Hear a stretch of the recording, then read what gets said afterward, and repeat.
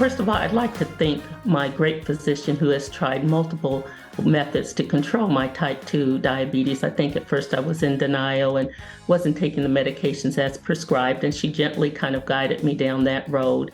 I'd also like to thank my family. We're trying to eat healthier and do a little more exercise for all of us, just to help us in this stage of our life.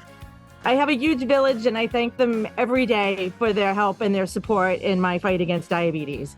Today, I'd like to thank Senators Ed Markey and Ted Kennedy for helping me way back in 1993 to become the first person with type 1 diabetes to be licensed to go out to sea on commercial ships. They helped me achieve my goals, and we made a real difference in the lives of people with diabetes. And I just want to say thank you again.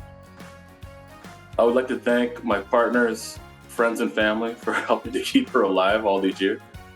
I would also like to thank whoever invented continuous glucose monitoring systems, because it makes living with diabetes a lot easier. I am incredibly grateful for my friends and family for their support. But for the past 24 years, I have absolutely marveled at the people who aren't living with diabetes or who don't have a loved one with diabetes, who still advocate for a better life for those of us living with it. Healthcare professionals who dedicate their careers to helping us, researchers pushing the boundaries for us, and lawmakers who advocate for access to better tools and resources to help people with diabetes. For them, I am grateful. I would like to thank my entire care team. That means my dietitian, my endocrinologist, my nurse practitioner, pharmacist, therapist, psychiatrist, personal trainer.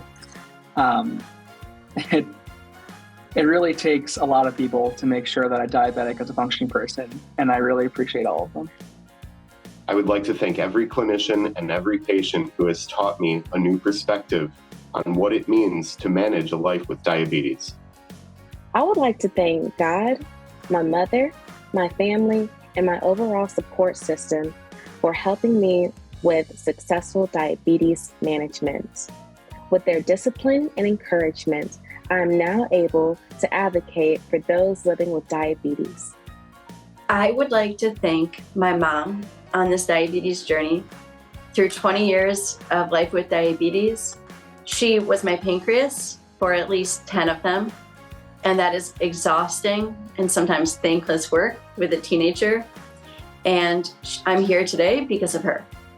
I like to thank organizations that have promoted employee wellness and have active employee wellness programs.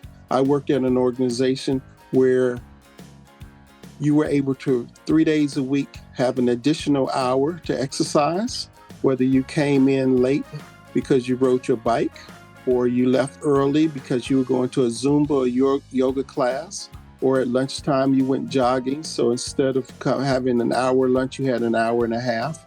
I think all those things promote employee wellness, as also it develops a certain amount of camaraderie among people who exercise.